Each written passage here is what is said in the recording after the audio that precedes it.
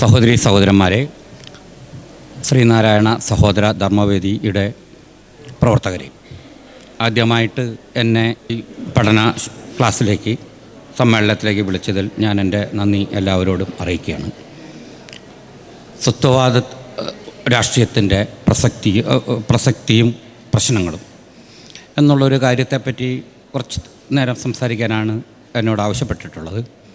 നമുക്കറിയാവുന്ന പോലെ കേരളത്തിൽ അല്ലെ ഇന്ത്യയിൽ മാത്രമല്ല ലോകത്തിൽ പല സ്ഥലത്തും സ്വത്വ രാഷ്ട്രീയത്തെപ്പറ്റിയുള്ള വളരെ ശക്തമായ എതിർപ്പുകളും ചോദ്യങ്ങളും അതുപോലെ തന്നെ അതിനെ വിശകലനം ചെയ്തുള്ള കാര്യങ്ങളും നടന്നുകൊണ്ടിരിക്കുന്ന സമയത്ത് നമ്മളെപ്പോലുള്ള സംഘടനകൾ, നമ്മളെപ്പോലുള്ള ആൾക്കാർ കൂടുന്നതിനെയാണ് ഏറെക്കുറെ സ്വത്വരാഷ്ട്രീയം എന്ന് വിളിക്കപ്പെടുന്നത്.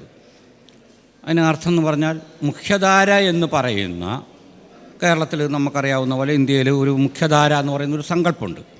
അത് പലപ്പോഴും ദേശീയവാദത്തിൻ്റെ ഒരു ധാരയാണ്.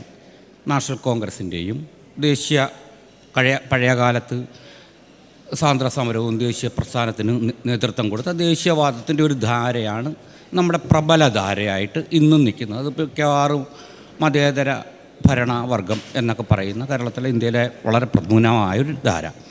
വേറൊരു ധാര നമുക്കറിയാവുന്ന പോലെ ഹിന്ദുത്വമാണ്. അത് പലപ്പോഴും നേരിട്ട് ഈ പറഞ്ഞ ദേശീയവാദത്തോട് എതിർത്ത് നിൽക്കുന്ന ഹിന്ദുത്വത്തിൻ്റെ ഒരു ധാര. അതാണിപ്പോൾ ഇന്ത്യയിലെ ഭരണ നിർവഹണം നടത്തുന്നത്. അവർ അറിയാവുന്ന പോലെ പൗരാണിക ഇന്ത്യയുടെ മഹത്വത്തിലും ധാർമ്മിക പാരമ്പര്യത്തിലും ഹിന്ദുക്കളുടെ പൗരുഷത്വത്തിലും എല്ലാം ഉൾക്കൊണ്ടിരിക്കുന്ന ശക്തമായ വംശീയ അടിത്തറയുള്ളതും ദേശം അവരുടെ ഒരു മാതൃഭാവനയായിട്ട് ഉൾക്കൊള്ളുകയും ചെയ്യുന്ന ശക്തമായൊരു ഹിന്ദുത്വധാരയും ദേശീയവാദധാരയും പിന്നെയുള്ള ഒരു സോഷ്യലിസ്റ്റ് ധാരയാണ്. അത് വർഗസമരത്തെ കൂടുതലായിട്ട് വിഭാവനം ചെയ്യുന്നവരും സമൂഹം വർഗങ്ങളായി തിരിഞ്ഞതിൽ രണ്ട് വർഗങ്ങളിലേക്ക് സമൂഹം ആത്യന്തികം ഇപ്പോൾ 3 വർഗം നിലനിൽക്കുന്നുണ്ട് സമൂഹത്തിൽ: മുതലാളിത്ത വർഗം, മധ്യവർഗം, പിന്നെ ഒരു തൊഴിലാളി വർഗം. ഈ 3 വർഗങ്ങളിൽ മിഡിൽ എന്ന് പറയുന്ന മധ്യവർഗം വിച്ഛേദിച്ചോ പതുക്കെ ഈ 2 വർഗത്തിലേക്ക് ലയിച്ചു ചേർന്നുകൊണ്ട് ആത്യന്തികമായ സമൂഹത്തിൽ 2 വർഗങ്ങളെ ഉള്ളെന്ന് പറയുന്നൊരു ധാര. അത് കമ്മ്യൂണിസ്റ്റുകളുടെ ഒരു ധാര. ഇങ്ങനെ 3 ധാരകൾ പ്രബലമായിട്ട് ലോകത്തിൽ നിലനിൽക്കുന്നുണ്ട്. ഈ 3 ധാരകളെയും ഉൾക്കൊള്ളാത്ത മറ്റുള്ള പല ഘടകങ്ങളുണ്ട്. അതിനെയാണ് പലപ്പോഴും സ്വത്വവാദികൾ എന്ന് വിളിക്കുന്നത്. പണ്ട് കേരളത്തിലും ഇന്ത്യയിലൊക്കെ വിളിച്ചിരുന്ന അവരെ ജാതിവാദികൾ എന്നാണ് വിളിച്ചിരുന്നത്. ഇന്ന് അതൊരു പരിഷ്കരിച്ച് സ്വത്വവാദികൾ എന്ന് വിളിക്കപ്പെടുകയാണ് ചെയ്യുന്നത്. അപ്പം നമ്മൾ ആലോചിക്കേണ്ട ഒരു കാര്യം, ആദ്യമായിട്ട് നമ്മളെപ്പോലുള്ളവർ നമ്മളെ സ്വയം വിളിച്ചതല്ല സ്വത്വവാദികൾ എന്ന്, മറിച്ച് ഇങ്ങോട്ട് വിളിക്കപ്പെട്ട ഒരു വാക്കാണ്. ഐഡൻറ്റിറ്റി പൊളിറ്റിക്സാണ് അവർ ഉൾക്കൊള്ളുന്നത് എന്ന് പറഞ്ഞുകൊണ്ട് ഇങ്ങോട്ട് പറയപ്പെടുന്ന, അതായത് ഇങ്ങോട്ട് വർഗീകരിക്കപ്പെട്ട ഒരു വാക്കാണ് സ്വത്വവാദികൾ. ആ സ്വത്വവാദികൾ എന്ന് വിളിക്കപ്പെടുന്ന കേരളത്തിൽ ഏറ്റവും കൂടുതൽ സ്വത്വവാദത്തെ ഇപ്പം നമ്മുടെ സമകാലീന അവസ്ഥയെ നമ്മൾ നോക്കുകയാണെങ്കിൽ സ്വത്വവാദത്തെ ഏറ്റവും കൂടുതൽ എതിർക്കുന്ന വിഭാഗങ്ങൾ കേരളത്തിലെ സോഷ്യലിസ്റ്റ് മാർക്സിസ്റ്റുകളാണ്. അവരെ സംബന്ധിച്ച് അവരൊരു സമൂഹത്തിനെ ചലിപ്പിക്കാൻ ശേഷിയുള്ള, അവരുടെ ഒരു വാക്ക് പറഞ്ഞു കഴിഞ്ഞാൽ സമൂഹമെന്ന് പറയുന്നൊരു വലിയ ചാലക ശക്തിയായിട്ട് സമൂഹത്തെ ചലിപ്പിക്കാൻ ശേഷിയുള്ള വർഗം എന്ന് പറയുന്നത് തൊഴിലാളി വർഗമാണ്, അല്ലെ അധ്വാനിക്കുന്നവരുടെ വർഗമാണ്. ഈ വർഗം ലോകത്തിൽ ഇന്നേ വരെ ഉണ്ടായിരുന്ന മുഴുവൻ സമൂഹത്തിൻ്റെ മാറ്റങ്ങളെ ഉൾക്കൊണ്ട് വികസിച്ചു വന്നവരാണ്. അതുകൊണ്ടാണ് സമൂഹത്തിൻ്റെ ചാലകശക്തിയാണ് അവകാശപ്പെടുന്നത്. അതുകൊണ്ടാണ് നമ്മുടെ ശ്രീനാരായണ ഗുരുവിൻ്റെയും അയ്യങ്കാളിയുടെയൊക്കെ പ്രസ്ഥാനം ഉണ്ടാക്കിയ ചരിത്രത്തെ ഞങ്ങൾ സാംശീകരിച്ചവരാണ്. അതിപ്പം മാർക്സൊക്കെ പറയുന്ന പ്രകാരമാണെങ്കിൽ ലോകത്തിലെ ഇതുവരെ എന്താ ഉണ്ടായിട്ടുള്ള മനുഷ്യവംശം നേടിയുള്ള മുഴുവൻ ഫലങ്ങളെയും സാംശീകരിച്ച് മുന്നോട്ട് വന്നിട്ടുള്ളൊരു ദർശനമാണ് എന്നാണ് അവകാശപ്പെടുന്നത്. അതുകൊണ്ട് തന്നെ പുരോഗമനത്തിൻ്റെ ആത്യന്തിക വാക്ക് ഞങ്ങൾ പറയുന്നത് പോലെയാണെന്ന് പറയുന്ന ഒരു അവകാശവാദത്തിനകത്താണ് അവർ നോക്കുന്ന കാഴ്ചയിൽ നോക്കുമ്പോൾ സ്വത്വവാദികൾ ജാതിയെപ്പറ്റിയും മതത്തെപ്പറ്റിയും പ്രദേശത്തെപ്പറ്റിയും പലതരത്തിലുള്ള ലിംഗപ്രശ്നങ്ങൾ ഉന്നയിക്കുന്നതെയും ന്യൂനപക്ഷ പ്രശ്നങ്ങൾ ഉന്നയിക്കുന്നവരൊക്കെ കൂടി ഉള്ളവരെ അവർ സ്വത്വവാദികളെന്ന് വിളിക്കുകയും എങ്കിൽ പോലും അതിൽ ശത്രുതാപരമായ മനോഭാവം കാണിക്കുന്നത് ജാതി സ്വത്വം എന്ന പ്രശ്നത്തിലാണ്. കാരണം അത് പലപ്പോഴും ഇച്ചിരി പ്രബലമാണ്, അല്ലെങ്കിൽ അതിനാണ് കുറച്ചും കൂടെ പ്രശ്നമുണ്ടാക്കാൻ കഴിയുന്നുള്ളതുകൊണ്ട് അതിനെ അടക്കി നിർത്തേണ്ടതുകൊണ്ട് അല്ലെങ്കിൽ നിയന്ത്രിക്കേണ്ടതുള്ളതുകൊണ്ട് തന്നെ ജാതിയായിട്ട് ബന്ധപ്രശ്നം ഉന്നയിക്കുന്നവരെ, അതേപോലെ ന്യൂനപക്ഷ പ്രശ്നങ്ങൾ ഇപ്പോഴാണ് പ്രത്യക്ഷമായിട്ട് കേരളത്തിലും ഇന്ത്യയിലും ചർച്ച ചെയ്യപ്പെടുന്നെങ്കിൽ പഴയ കാലത്ത് അല്ലെ ഒരു 80കൾ മുതൽ അതിശക്തമായിട്ട് എതിർക്കപ്പെട്ടത് ജാതിയായിട്ട് ബന്ധപ്പെട്ട് അല്ലെ ഇന്ത്യൻ രാഷ്ട്രീയത്തിലെ സാമുദായിക പ്രശ്നങ്ങൾ ഉന്നയിച്ച വിഭാഗങ്ങൾ അല്ലെങ്കിൽ പ്രാതിനിധ്യ ജനാധിപത്യത്തിൻ്റെ പ്രശ്നങ്ങൾ ഉന്നയിച്ചവരെ കോർണർ ചെയ്യാൻ, അവരെ ടാർഗറ്റ് ചെയ്ത് പറഞ്ഞതാണ് ശരിക്കും സ്വത്വവാദികൾ എന്ന് വിളിക്കുന്നത്. അവിടെ ഉദാഹരണം പറയുന്നത് നമുക്കറിയാം, 1980കളിലാണ് ഇന്ത്യയിൽ പിന്നാക്ക രാഷ്ട്രീയം ഉയർന്നു വരുന്നത്. പിന്നാക്ക മണ്ഡൽ 90കളിലാണ് മണ്ഡൽ കമ്മീഷൻ രൂപപ്പെടുന്നെങ്കിൽ പോലും അതിനു മുമ്പ് തന്നെ ഇന്ത്യയിൽ ജാതി രാഷ്ട്രീയം എന്ന് ഇവർ വിളിക്കപ്പെടുന്ന പിന്നാക്ക രാഷ്ട്രീയവും ദലിത് രാഷ്ട്രീയവും ഉയർന്നു വന്നിരുന്നു. അതിശക്തമായി ഉയർന്നു വരിക, പ്രത്യേകിച്ച് അത് ദേശീയ പ്രസ്ഥാനത്തോടുള്ള കോൺഗ്രസ്സുമായിട്ടുള്ള ഒരു വൈരുദ്ധ്യത്തിലൂടെ ഉയർന്നു വന്നതാണ്. കോൺഗ്രസ്സിന് സമാഹരിക്കാൻ അല്ല കോൺഗ്രസ് ഈ ജനതയെ ഉൾക്കൊള്ളുന്നില്ല എന്നുള്ള പ്രശ്നമായിട്ട് ബന്ധപ്പെട്ട് പലപ്പോഴും സാമുദായിക പ്രശ്നങ്ങൾ ഉന്നയിച്ചുകൊണ്ട് വരുന്നപ്പോഴത്തേന് ഇന്ത്യയിലെ മുഖ്യധാര കമ്മ്യൂണിസ്റ്റുകളും ദേശീയവാദികളും മിക്കവാറും അവർ പറഞ്ഞൊരു കാര്യം, അത് ദേശത്തെ ശിഥിലീകരിക്കാൻ പോവുകയാണ്. ഇപ്പം എനിക്ക് ഓർമ്മയുണ്ട്, കേരളത്തിൽ തന്നെ ഇടതുപക്ഷത്തിൻ്റെ ഏറ്റവും തീവ്ര വിഭാഗങ്ങളെന്നുള്ള CPM ഒരു പുസ്തകം തന്നെ ഇറക്കിയിട്ടുണ്ട്. ബാൾക്കനൈസേഷനിലേക്ക്, അതായത് രാഷ്ട്രം ശിഥിലീകരിക്കുക. യൂറോപ്പിൽ ബാൾക്കൻ രാഷ്ട്രങ്ങൾ രൂപപ്പെട്ടതെന്ന് പറഞ്ഞാൽ വലിയ സാമ്രാജ്യത്വ വിഭജനങ്ങളിലൂടെ ഒരുപാട് രാഷ്ട്രങ്ങൾ ചിതറിപ്പോവുകയാണ് ചെയ്തത്. ഈ ചിതറിക്കുന്ന രാഷ്ട്രത്തെ ചിതറിച്ച് കളയുമെന്നുള്ളൊരു ഭീതി വരുത്തിക്കൊണ്ട് സത്വരാഷ്ട്രീയം നമ്മളെ ഒരു തരം ഒരു ഹൊററാണ്, ഒരു വൻ രീതിയിലുള്ളൊരു കുഴപ്പത്തിലേക്ക് ചാടിക്കുമെന്നുള്ള പ്രചരണമാണ് ആദ്യകാലത്ത് ഉണ്ടായിരുന്നത്. ഇപ്പോഴും അങ്ങനെ തന്നെയാണ്. അപ്പോൾ സ്വത്വരാഷ്ട്രീയത്തെ ഒരു അപജയമായിട്ട് നമ്മൾ പോകുന്ന മതേതര രാഷ്ട്രീയത്തിൻ്റെയും മനുഷ്യ പുരോഗതിയുടെയും വളരെ മഹത്തായ ഒരു ഘട്ടത്തിലേക്ക് പ്രവേശിക്കാൻ പോകുന്ന ഒരു പ്രകാശമാനമായ ഭാവിയിലേക്ക് പോകാൻ പോകുന്ന നമ്മളെ പുറകിൽ നിന്ന് വന്ന് ആക്രമിക്കുന്ന ഒരു ശക്തിയായിട്ട് അല്ലെ പ്രതിലോമകരമായ ശക്തികളായിട്ട് സ്വത്വരാഷ്ട്രീയത്തെ വിശകലനം ചെയ്യുന്ന ഒരു സമ്പ്രദായമാണ് ഇവിടെ നിലനിൽക്കുന്നത്. പക്ഷേ അതുകൊണ്ടാണ് ഞാൻ പറഞ്ഞത്, സ്വത്വരാഷ്ട്രീയം എന്ന് പറയുന്നത് ഒരു നല്ലൊരു വേടായിട്ടല്ല ഇന്ത്യയിലെ പുരോഗമന സമൂഹത്തിനകത്തുള്ളത്. അല്ലെങ്കിൽ ഈ ആദ്യമേ പറഞ്ഞ 3 കക്ഷികളും വിചാരിക്കുന്നത് സ്വത്വരാഷ്ട്രീയം എന്ന് പറയുന്നത് ഒരു ശരിയായ, പക്ഷേ സ്വത്വരാഷ്ട്രീയത്തെ തെളിഞ്ഞും മറിഞ്ഞും അവർക്ക് അംഗീകരിച്ചോ അതിനോട് കൂട്ടി യോജിപ്പിച്ച് കൊണ്ടുപോകേണ്ടിയും വരുന്നുണ്ട്. ഇവിടെ നമുക്ക് മനസ്സിലാക്കേണ്ട ഒരു കാര്യം, എന്തുകൊണ്ടാണ് സ്വത്വരാഷ്ട്രീയം എന്ന് പറയുന്നത് ഉണ്ടായത് എവിടെയാണ്? അത് സോഷ്യലിസ്റ്റ് രാഷ്ട്രങ്ങളിൽ നിന്നല്ല. സോഷ്യലിസം പോലുള്ള അല്ല കമ്മ്യൂണിസത്തിൻ്റെ പേരിൽ ഏകാധിപത്യം നിലനിന്നുകൊണ്ടിരിക്കുന്ന പഴയ സോവിയറ്റ് റഷ്യയിൽ നിന്നോ ബൾഗേറിയ അതുപോലെ ഹംഗറി പോലുള്ള രാഷ്ട്രങ്ങളിൽ നിന്നോ അതേപോലെ തന്നെ ചൈനയിൽ നിന്നും ഉണ്ടായതല്ല. കമ്മ്യൂണിസവുമായിട്ട് ബന്ധപ്പെട്ട രാഷ്ട്രങ്ങളിൽ നിന്നും ഉണ്ടായതല്ല. അതേപോലെ മതരാഷ്ട്രങ്ങളുണ്ട്. ഇപ്പം ഇറാഖ് അല്ല ഇറാൻ എന്ന് പറയുന്ന മതരാഷ്ട്രമുണ്ട്, അഫ്ഗാനിസ്ഥാൻ എന്ന് പറയുന്ന മതരാഷ്ട്രമുണ്ട്. അതുപോലത്തെ മതരാഷ്ട്രങ്ങളിൽ നിന്ന് തിയോക്രാറ്റിക് സ്റ്റേറ്റുകളിൽ നിന്നുണ്ടായതല്ല. മറിച്ച് സ്വത്വരാഷ്ട്രീയം ഡിഫൈൻ ചെയ്യപ്പെടുന്നത് ഇന്ത്യ പോലുള്ള ജാതി വ്യവസ്ഥയുടെ പ്രശ്നം അനുഭവിച്ചിരുന്ന ജനവിഭാഗങ്ങൾ സ്വന്തം അവകാശങ്ങളും അവരുടെ പ്രഖ്യാപനങ്ങളും അവരുടെ അധികാര പ്രഖ്യാപനങ്ങൾ നടത്തിയിട്ടുള്ള ഇന്ത്യ പോലുള്ള രാജ്യങ്ങളിൽ നിന്നും വർണ്ണവ്യവസ്ഥ നിലനിൽക്കുന്ന അമേരിക്ക പോലുള്ള സ്ഥലങ്ങളിൽ നിന്നും അതുപോലെ തന്നെ വളരെ സങ്കീർണമായ അസമത്വങ്ങൾ നിലനിൽക്കുന്ന ലാറ്റിൻ അമേരിക്കൻ രാജ്യങ്ങളിൽ നിന്നുമൊക്കെയാണ് സ്വത്വരാഷ്ട്രീയത്തിൻ്റെ ഉദയവും അവ രൂപപ്പെട്ടു എന്നുള്ളതാണ് സത്യം. അതിനർത്ഥം എന്ന് പറഞ്ഞാൽ ജനാധിപത്യത്തിൻ്റെ ഘടനാപരമായി നിലനിൽക്കുന്ന സമൂഹങ്ങളിലകത്ത് രൂപപ്പെട്ട ഒരു രാഷ്ട്രീയ പ്രശ്നമാണ് സ്വത്വരാഷ്ട്രീയം. അത് പലപ്പോഴും ജനാധിപത്യത്തിന് നമ്മൾ വളരെയധികം പ്രാധാന്യം കൊടുക്കുന്നുണ്ട്, മതേതരത്വത്തിന് വളരെ പ്രാധാന്യം കൊടുക്കുന്നുണ്ടെങ്കിലും അവ പല രാജ്യങ്ങളിലും പല സ്ഥലങ്ങളിലും അവ വളരെയധികം ചില വിഭാഗങ്ങളെ മാത്രമേ ഉൾക്കൊള്ളുന്നുള്ളൂ.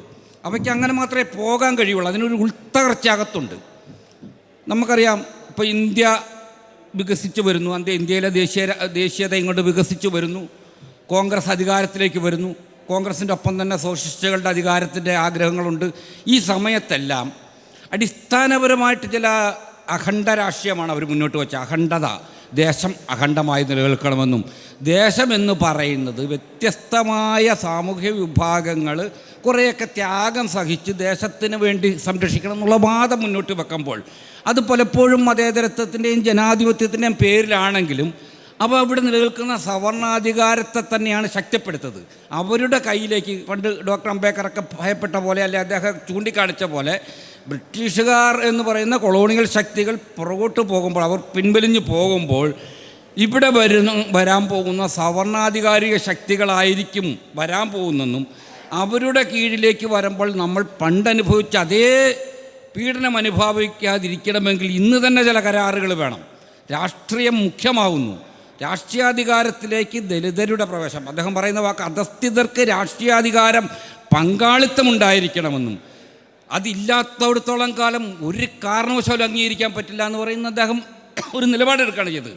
അങ്ങനെയാണ് ചില കരാറുകളിലേക്ക് എത്തുകയാണ് ചെയ്തത്. ഈ കരാറാണെന്ന് നമ്മൾ സംവരണമായിട്ടും പ്രാതിനിധ്യ ജനാധിപത്യമായിട്ടും പലതരത്തിലുള്ള ഭരണഘടനാ അവകാശങ്ങളൊക്കെ ആയിട്ട് കീഴാള ജനവിഭാഗങ്ങൾക്ക് കിട്ടുന്നത്.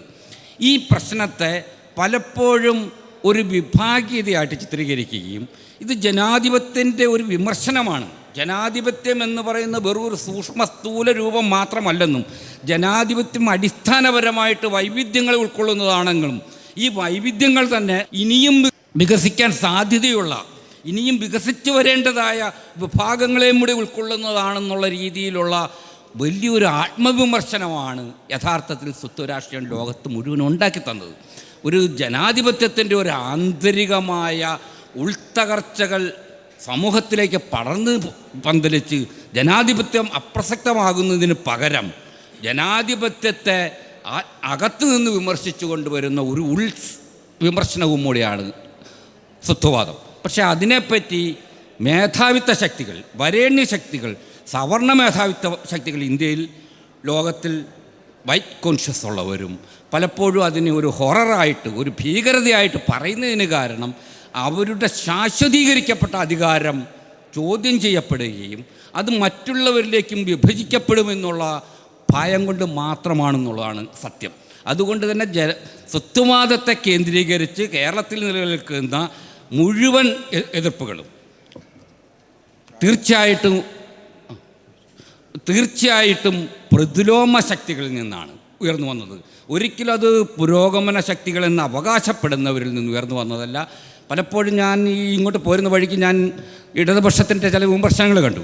അവർ രണ്ട് വാദങ്ങളാണ് പറയുന്നത്. ഒന്ന്, ലോകത്തിലെല്ലാം നയിക്കാൻ ശേഷിയുള്ള മാർക്സിസ്റ്റുകൾക്ക്, കമ്മ്യൂണിസ്റ്റുകൾക്ക് അവർക്ക് പല സ്ഥലത്തിൽ ഫുൾഫില്ല് ചെയ്യാൻ പറ്റാത്തതുകൊണ്ട് അവിടെ പ്രവേശിക്കാൻ പറ്റാതെ പോയപ്പോൾ കയറി വന്നവരാണ്. അവരുടെ സ്ഥലങ്ങൾ ഇടപെടാൻ അവർക്ക് പല സ്ഥലങ്ങളും ഉൾക്കൊള്ളാൻ പറ്റില്ല, അല്ലെ പലതും കൈകാര്യം ചെയ്യാൻ പറ്റുന്നില്ല.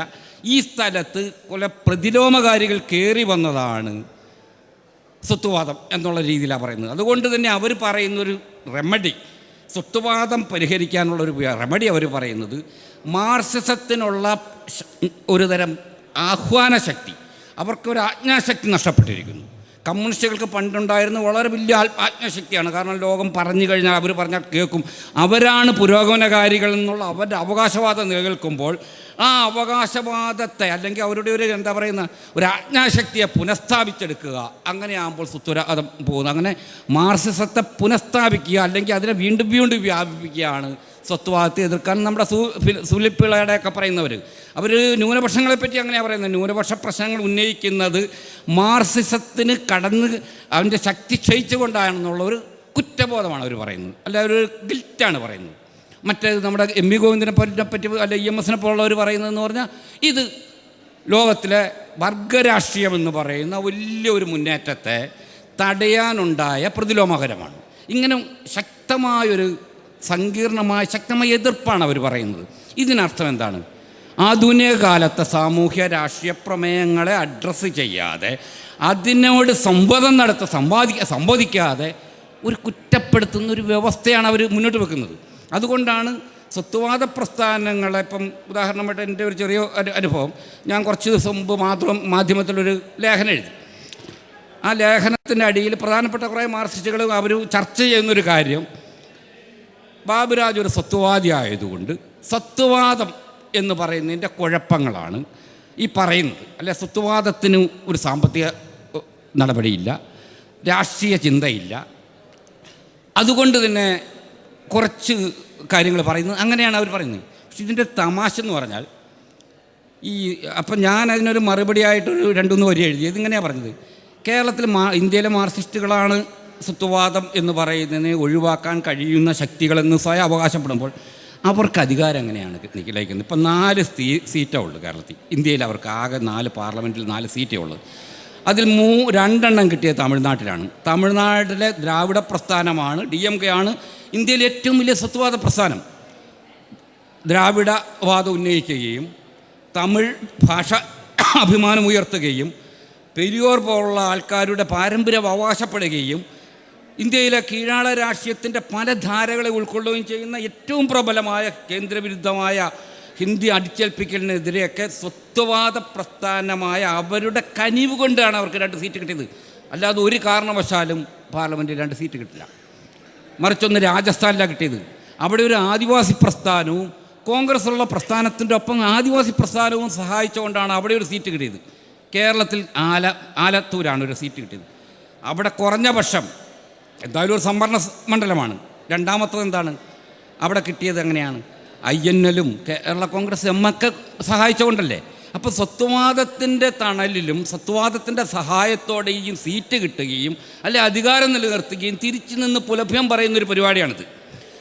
മാത്രമല്ല, സ്വത്വവാദവുമായിട്ട് ബന്ധപ്പെട്ട് പ്രതീക്ഷയാണ് അവർ പങ്കുവെക്കുന്നത്. കാരണം എന്നാ, ഹിന്ദുത്വത്തെ എതിർക്കാനായിട്ട് അവർ മുന്നോട്ട് വെക്കുന്ന ബദൽ, പണ്ട് അവർ വെച്ചിരുന്ന ബദൽ എന്താണ്?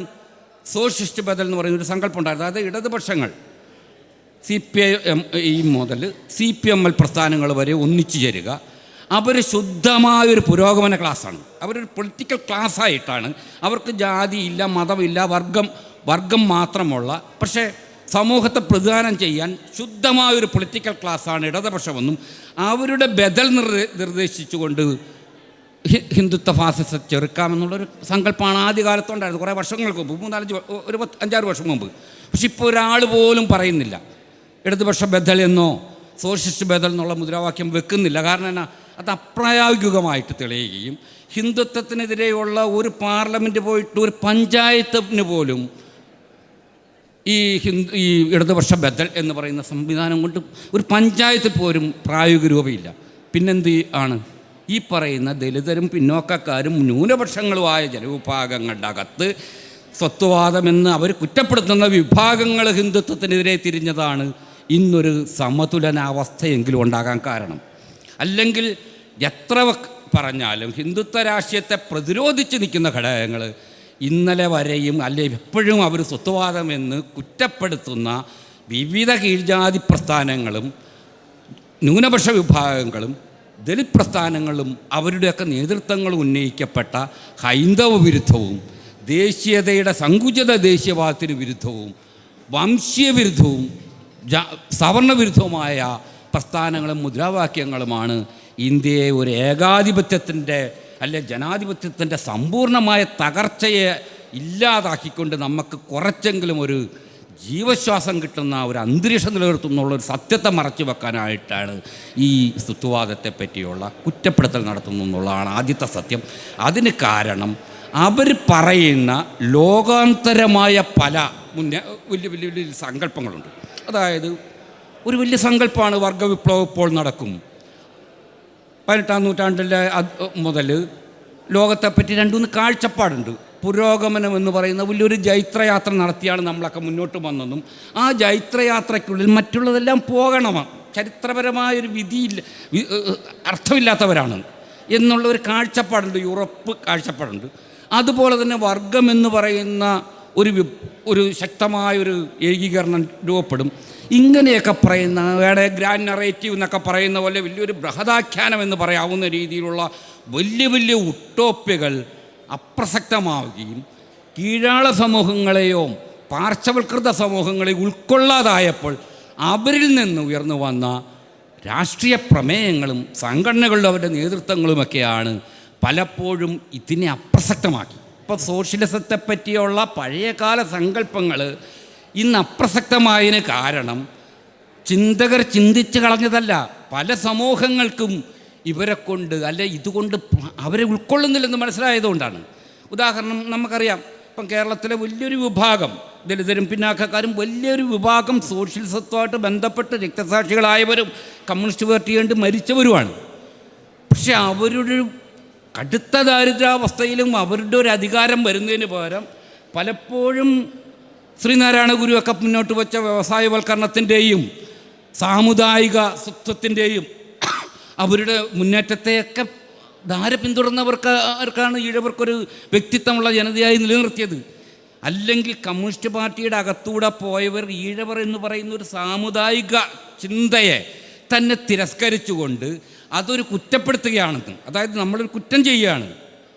ശ്രീനാരായണ ഗുരുവിനെ പറ്റിയുള്ള ചർച്ചകൾ അല്ലെ സഹോദരനെ പറ്റിയുള്ള ചർച്ചകളൊക്കെ 80-ന് ശേഷമാണ് കേരളത്തിൽ വന്നതിന് കാരണം. അതിന് കാരണം എന്താണ്?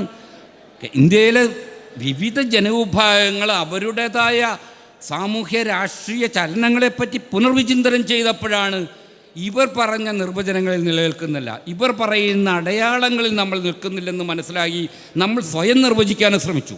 അതാണ് ഇപ്പോൾ ശ്രീനാരായണ ഗുരുവിനെയൊക്കെ എന്താണ് EMS ഒക്കെ പറഞ്ഞിട്ടുള്ളത് തന്നെ, സവർണർക്കെതിരെ ലക്ഷക്കണക്കിന് അവർണരെ അണിനിരത്തിയ ആളെന്ന നിലയിൽ, അല്ലെങ്കിൽ ഒരു സാമൂഹ്യ പരിഷ്കർത്താവെന്ന് മുദ്രകുത്തുന്നതിലൂടെ ചരിത്രത്തിൽ സ്തംഭിച്ചുപോയി. പിന്നെ ഇല്ല, ചരിത്രമെന്ന് പറയുന്നത് ചലിക്കുന്നൊരു വിഭാഗത്തിൻ്റെതായതുകൊണ്ട് തന്നെ ചലനം നഷ്ടപ്പെട്ട പോയ ഒരു ബിംബമായി ശ്രീനാരായണൻ മാറി. അതുപോലെ തന്നെ ശ്രീനാരായണൻ്റെ ഒപ്പം നിന്നിരുന്ന സഹോദര അയ്യപ്പനും അതുപോലത്തെ വമ്പിച്ച പലതരത്തിലുള്ള സാമൂഹ്യ മുന്നേറ്റങ്ങൾ, അയ്യങ്കാളിയെപ്പറ്റിയുള്ള നിശബ്ദതയാണ് അവർ പുലർത്തിയത്.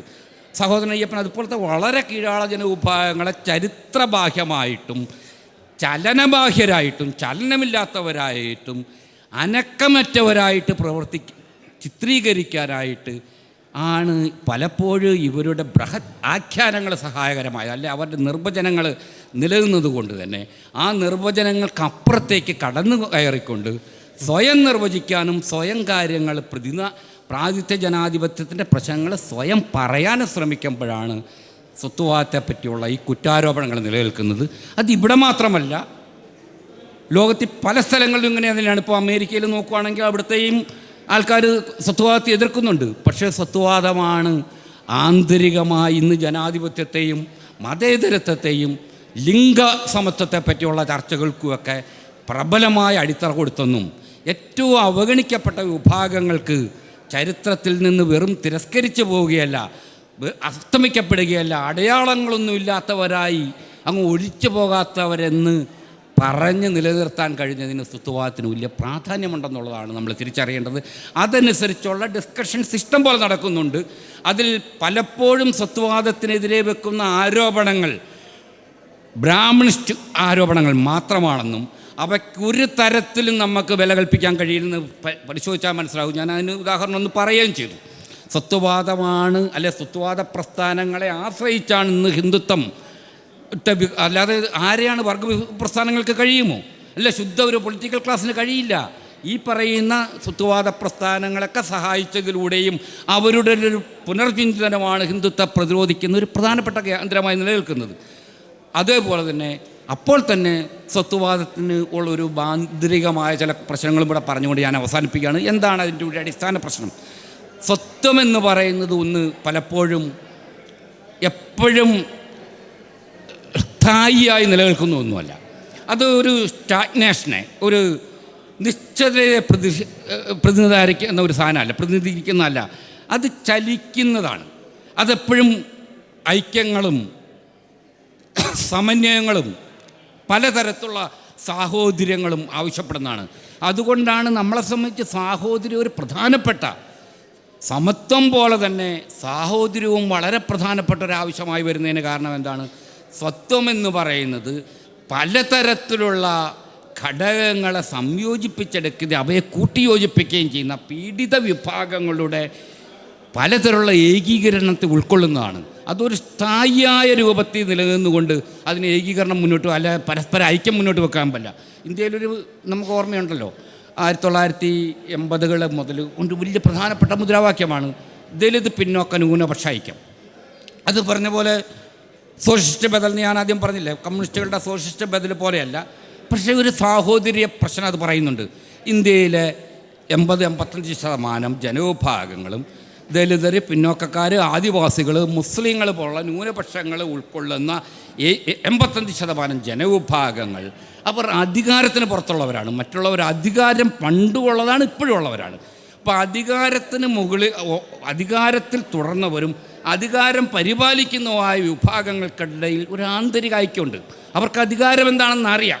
ഗെയ്ലോംദത്ത് പറയുന്നൊരു കാര്യമാണ്, എന്തുകൊണ്ടാണ് പിന്നാക്കക്കാരുടെ അകത്ത് മണ്ഡൽ കമ്മീഷൻ രൂപപ്പെട്ടപ്പോൾ ഇന്ത്യയിലെ രാഷ്ട്രീയ പ്രസ്ഥാനങ്ങളെല്ലാം ഒന്നായി, സോഷ്യലിസ്റ്റുകളും ജനസംഘക്കാരനും അക്കാലത്തെ കോൺഗ്രസ് അടക്കം സവർണരെല്ലാവരും ഒന്നായി ഉരുകി ഒലിച്ച് ഒന്നായി മാറി.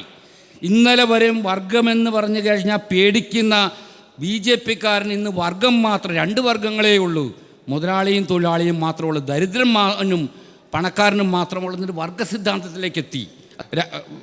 ബാലഗോപാൽ എന്ന് പറയുന്ന മനുഷ്യാവകാശ ചിന്തകനെ ഈ വാക്ക് പറഞ്ഞത്. ഇന്നലെ വരെയും വർഗമെന്ന് പറഞ്ഞാൽ കേട്ടാൽ പേടിക്കുന്ന BJP-കാരൻ മണ്ഡൽ കമ്മീഷൻ്റെ സമയത്ത് അവൻ തൊഴിലാളി വർഗത്തെപ്പറ്റിയും ദരിദ്രരെപ്പറ്റിയും ചിന്തിക്കാൻ തുടങ്ങി. അതിൻ്റെ കാരണം എന്താണ്?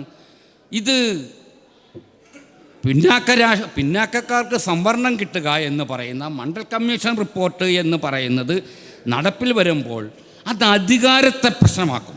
അവർ നൂറ്റാണ്ടുകളായി കൈയാളിക്കൊണ്ടിരിക്കുന്നതും സ്വാതന്ത്ര്യത്തിന് ശേഷവും കിട്ടിക്കൊണ്ടിരിക്കുന്ന അധികാരത്തിൻ്റെ മേലൊരു വിഭജനം സംഭവിക്കുമെന്നും അത് അധികാരം വികേന്ദ്രീകരിച്ച് പലർക്കും കൈമാറി ചെല്ലുമെന്നുള്ള ഭയം തിരിച്ചറിയുകയും അതിന് അനുകൂലമായ ഒരു ഐക്യമാണ് രൂപപ്പെട്ടത്. അവർ പാരമ്പര്യമായിട്ട് അധികാരം കൈയാളുന്നത് കൊണ്ട് തന്നെ അധികാരം പോകുന്നതിനെപ്പറ്റി അവർ വളരെ സൂക്ഷ്മബുദ്ധിയോടുകൂടി അവരെല്ലാവരും അക്കാര്യത്തിൽ ഒന്നായിരിക്കുമ്പോൾ നമ്മളെ സംബന്ധിച്ച് നമ്മുടെ അധികാരത്തെപ്പറ്റി 85% അധികാരത്തെപ്പറ്റി നമ്മൾ ഏറ്റവും കുറഞ്ഞ് കൺസേൺ ഉള്ളവരാണ്. ഏറ്റവും കുറഞ്ഞാണ് നമ്മളതിനെ ചിന്തിക്കുന്നത്.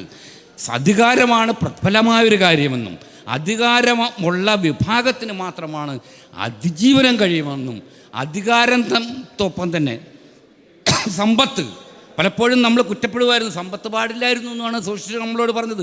പക്ഷേ ഫൂലെയൊക്കെ ഉള്ളവർ പറഞ്ഞത് എന്താണ്? അല്ലെ ശ്രീനാരായണ ഗുരുവൊക്കെ ചെയ്തത് എന്താണ്? ഇന്ത്യയിലെ ആദ്യത്തെ ലോകത്തിലെ 2ാമത്തെ വ്യാവസായിക പ്രദർശനം നടത്തിയതാണ് ശ്രീനാരായണ ഗുരുവൻ ആണ്. ഇവരെല്ലാവരും മഹാത്മാ ഫൂലെ സ്വന്തമായിട്ടൊരു അക്കാലത്തൊരു സ്റ്റീൽ വ്യവസായ കമ്പനി നടത്തിയ ആളാണ്. കുമാരനാശാൻ അടക്കമുള്ളവർ വ്യാവസായിക ഓട് വ്യവസായം പോലുള്ള സ്ഥാപനങ്ങൾ ആരംഭിച്ചവരാണ്. ഈഴവർക്ക് ഇന്നൊരു സാമൂഹ്യ വിഭാഗമായിട്ട് തകർന്നുകൊണ്ടിരിക്കുകയാണ്. ഇവരുടെ പഴയ രാഷ്ട്രീയമായിട്ട് മാത്രമല്ല സാമ്പത്തികമായിട്ടും തകരുന്നൊരു വിഭാഗമാണ് ഈഴവർ എന്നുള്ള അഭിപ്രായമാണ് എനിക്കുള്ളത്. പക്ഷേ ഇതൊക്കെ ഇന്ന് പിടിച്ചു നിന്നത് ഈ വർഗരാഷ്ട്രീയത്തിൻ്റെ ഒപ്പം നിന്നുകൊണ്ടല്ല, വർഗരാഷ്ട്രീയത്തിൻ്റെ ഒപ്പം നിന്ന് കുറേ ഒരുതരം കർത്തൃത്വമില്ലാത്ത സംസാരശേഷിയില്ലാത്തവരെ ഉണ്ടാക്കിയെന്ന് ഈ വ്യവസായത്തെപ്പറ്റി, ആധുനിക സമൂഹത്തിലെ വ്യവസായത്തെപ്പറ്റിയും ധനത്തെപ്പറ്റിയും അധികാരത്തെപ്പറ്റിയൊക്കെ ചിന്തിച്ച വിഭാഗങ്ങൾ നമുക്കിടയിലുണ്ടായതുകൊണ്ടും അവരുടെ മാർഗനിർദ്ദേശം അനുസരിച്ച് നമ്മൾ കുറേ പേരെങ്കിലും പോയതൊക്കെ കൊണ്ട് തന്നെയാണ് നമ്മൾ അതിജീവിച്ചത്. സത്യമായ കാര്യമാണ്.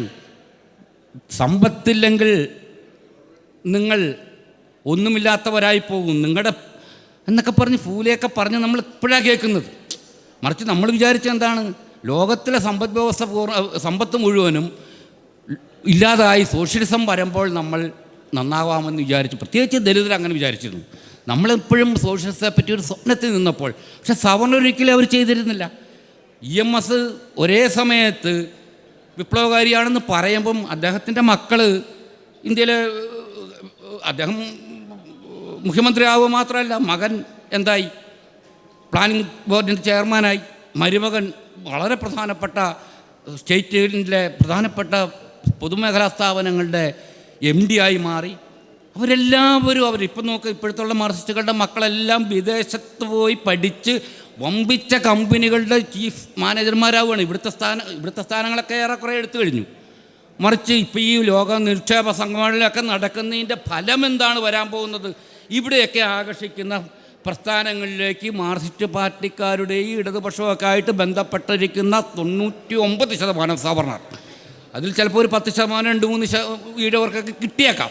ബാക്കിയുള്ളവരുടെ സവർണരുടെയും കൊച്ചുമക്കളെയും മരുമക്കളെയും എല്ലാം ഈ ഉന്നത സ്ഥാപനങ്ങളിലേക്ക് സാമ്രാജ്യത്വത്തിൻ്റെയോ അല്ല അവർ വിളിക്കുന്ന ഈ വലിയ വലിയ നവകൊളോണിയൽ സ്ഥാപനങ്ങളിലേക്കെല്ലാം മാനേജർമാരായിട്ടും ഒക്കെ പോകാനുള്ളൊരു വഴിയും കൂടി ഉണ്ടാക്കി കൊടുക്കുകയാണ്, സ്റ്റേറ്റ് ഉണ്ടാക്കി കൊടുക്കുകയാണ്. ഇതൊക്കെ തന്നെയാണ് അന്നും ചെയ്തിട്ടുള്ളത്. അതുകൊണ്ട് തന്നെ നമ്മൾ അധികാരത്തോട് ചിന്തിക്കാത്തവരാവണം, നമ്മൾ സ്വത്തിനോട് ചിന്തിക്കാത്തവരാവണം, നമ്മൾ പദവിയെ ചിന്തിക്കാത്തവരാകണം എന്നുള്ള ഒരു പ്രശ്നം തന്നെയാണ് സ്വത്ത് രാഷ്ട്രീയത്തിനോടുള്ള എതിരായിട്ട് ഇവർ പറയുന്നതും. ഇതിനവർ പറഞ്ഞ വാദം അത് വൻ അഖണ്ഡ സിദ്ധാന്തമാണ് പറഞ്ഞത്. അതായത് എന്താണോ ഇന്ന് ഹിന്ദുമതത്തെ അങ്ങോട്ട് വിഭജിച്ച് കളയും, ദലിതർക്ക് അവകാശം കൊടുത്താൽ എന്നാണല്ലോ അംബേദ്കർക്കെതിരെ ഗാന്ധി ഉപവാസം പറയാൻ കാരണം. ഹിന്ദുമതം എന്ന് പറഞ്ഞ് അങ്ങോട്ട് ഇല്ലാതായിപ്പോവും. അതുകൊണ്ട് തന്നെ ഹിന്ദുമതത്തിൽ നിന്ന് വിയോജിക്കാൻ കഴിയില്ലെന്നുള്ളതാണല്ലോ അദ്ദേഹം അതിന് തുല്യമായി ഏതാണ്ടൊക്കെ വിഭജനം നടക്കുമെന്നും ആരൊക്കെയോ അങ്ങ് വിഭജിച്ചു പോകുമെന്നുള്ളൊരു ഭയപ്പാടുണ്ടാക്കിയ ആൾ സ്വത്വവാദത്തെപ്പറ്റി പറയാൻ കാരണങ്ങളൊന്നും. അതിനർത്ഥം സ്വത്വവാദത്തിൻ്റെ ഒരു ഘട്ടമെന്ന് പറഞ്ഞത് സ്വന്തമായ ചരിത്രത്തെയും ഭൂതകാലത്തെയും നമ്മുടെ സംവാദശേഷിയെയും വീണ്ടെടുക്കുകയും അത് വർത്തമാനത്തിൽ പ്രയോഗിക്കുന്നതോടൊപ്പം തന്നെ സമൂഹത്തിലെ വിവിധ തരത്തിലുള്ള പീഡിത വിഭാഗങ്ങളോട് ഐക്യപ്പെടാനും അവയെ സാഹോദര്യത്തോടുകൂടി, ഫ്രട്ടേണിറ്റി എന്ന വാക്ക് വളരെ പ്രധാനപ്പെട്ട കാര്യമാണ്, അതനുസരിച്ച് ലിംഗന്യൂനപക്ഷങ്ങളോട്, സ്ത്രീകളുടെ അവകാശ സമരങ്ങളോട്, സ്ത്രീകളോടടക്കമുള്ള വിവിധ തരത്തിലുള്ള പാർശ്വവൽക്കൃതരോട് ഒരുമിച്ച് നിൽക്കാനും ഇവയൊക്കെ ചരിത്രപരമായ അധികാരമില്ലാത്തവരും സ്വത്തില്ലാത്തവരും പദവിയില്ലാത്തവരുടെയും പദവിക്ക് വേണ്ടിയൊക്കെയുള്ള സമരങ്ങളോട് ഐക്യപ്പെട്ടുകൊണ്ട് പുതിയൊരു വികേന്ദ്രിക അധികാര രാഷ്ട്രീയത്തിൻ്റെ, തീർച്ചയായും അധികാരത്തിൽ പുറത്തും അല്ല, കേവലമായ പ്രതിരോധം മാത്രമല്ല നമ്മുടെ സമരം. അതൊരു കാരണവശാലും വിശ്വസിക്കരുത്. അത് ഇന്ത്യയിലെ സവർണ റിബൽസ് പറയുന്ന ഒരു കാര്യമാണ്. അധികാരത്തെയും ഒക്കെ വിട്ടുകളഞ്ഞുകൊണ്ട്, സ്വത്തിനെ വിട്ടുകളഞ്ഞുകൊണ്ട് അവർക്ക് പറയാൻ ഒറ്റ കാര്യമുള്ളൂ. ഇപ്പം നമ്മളെന്ത് പറഞ്ഞു കഴിഞ്ഞാലും സാമ്രാജ്യത്വം അല്ലെങ്കിൽ കോർപ്പറേറ്റ് ആഗോളവൽക്കരണം, ഇതൊക്കെ വളരെ അതിൻ്റെയൊക്കെ ഗുണങ്ങളും അതിൻ്റെയൊക്കെ ഘടകങ്ങൾ ഉപയോഗിച്ചുകൊണ്ട് തന്നെയാണ് അവർ പറയുന്നതെന്ന് നമ്മൾ ആദ്യം മനസ്സിലാക്കണം. മറിച്ച് ചരിത്രത്തിൽ സമ്പദ്ശാസ്ത്രം, ഇപ്പോൾ ഏറ്റവും വലിയ സ്വത്വവാദത്തിനുള്ളൊരു വിമർശനം, നമുക്കൊന്നും സമ്പദ്ശാസ്ത്രം അറിയില്ല, എന്നുള്ളതാണ്. ഡോക്ടർ അംബേദ്കർ ഈ അടുത്ത കാലത്ത് എൻ്റെ ഒരു ഗ്രൂപ്പിൽ ഒരു മനസ്സിഷ്ടകാരൻ വന്ന് എഴുതിയേക്കണം, ഡോക്ടർ അംബേദ്കർക്ക് സത്യം പറഞ്ഞ ഇന്ത്യയിലെ സമ്പദ്ശാസ്ത്രത്തിലാണ് അംബേദ്കർക്ക് ഡോക്ടറേറ്റ് കിട്ടിയത്. അദ്ദേഹമാണ് ഇന്നത്തെ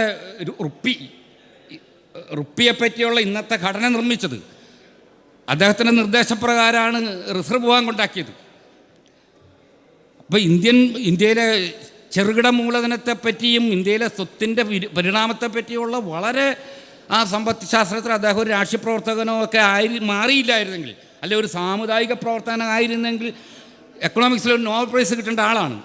അവിടെ കിടന്ന് യൂറോപ്പിൽ നിന്ന് തന്നെ ജീവിച്ചൊരു അദ്ദേഹത്തിൻ്റെ അക്കാഡമിക് ഇത് മാത്രം കൊണ്ടുപോയ സാമ്പത്തിക ശാസ്ത്രത്തിൽ ഒരു നോബൽ പ്രൈസ് കിട്ടുക അതില്ല എന്നാണ് പറയുന്നത്.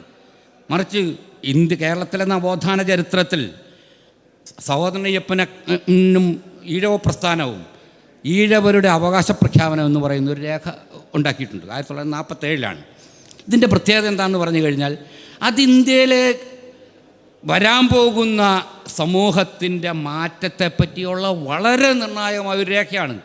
അത് വരാൻ പോകുന്ന വ്യാവസായിക സമൂഹത്തെപ്പറ്റി, കൈത്തൊഴിലുകളെപ്പറ്റി, കേരളത്തിലെ ഒരു നവീകരണ സമ്പദ് വ്യവസ്ഥയെപ്പറ്റിയൊക്കെയുള്ള കാഴ്ചപ്പാടുകളുടെ അടിസ്ഥാനത്തിലുള്ള നവോത്ഥാന പ്രസ്ഥാനകാലത്ത് തന്നെ ഭൂമിയെപ്പറ്റിയും അധികാരത്തെപ്പറ്റിയും വരാൻ പോകുന്ന സ്ഥാപനങ്ങളെപ്പറ്റിയൊക്കെയുള്ള കാഴ്ചപ്പാട് കേരളത്തിലെ കീഴാള പ്രസ്ഥാനങ്ങൾക്കുണ്ടായിരുന്നു.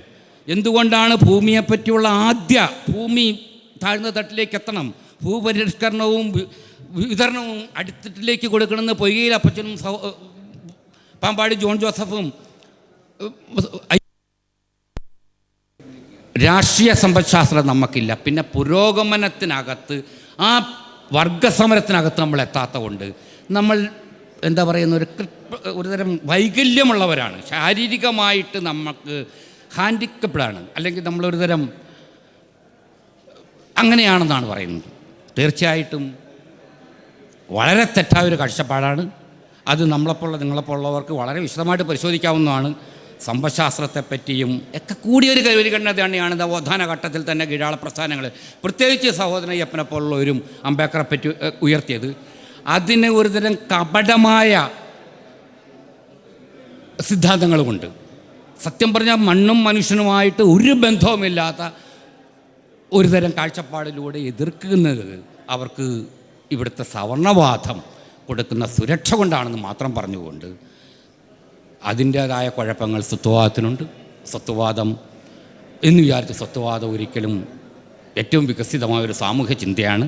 ഈ സ്വത്വവാദം പക്ഷേ സ്റ്റാഗ്നൻ്റ് ആകാതിരിക്കാൻ, അത് സ്ഥായിയായിപ്പോയി നമ്മുടെ മാത്രം പ്രശ്നമാകാതിരിക്കാനായിട്ട് നമ്മൾ തന്നെ ശ്രമിക്കുകയും വിവിധതരം പീഡിത വിഭാഗങ്ങളുടെ സമരങ്ങൾക്ക് ഐക്യപ്പെടുകയും അവരോട് സാഹോദര്യം പ്രഖ്യാപിച്ചുകൊണ്ട് നമുക്ക് മുന്നേറാനും കഴിയുമെന്ന് പറഞ്ഞുകൊണ്ട് ഞാൻ നിർത്തുന്നു. നിങ്ങൾക്കെല്ലാം എൻ്റെ അഭിവാദ്യങ്ങൾ.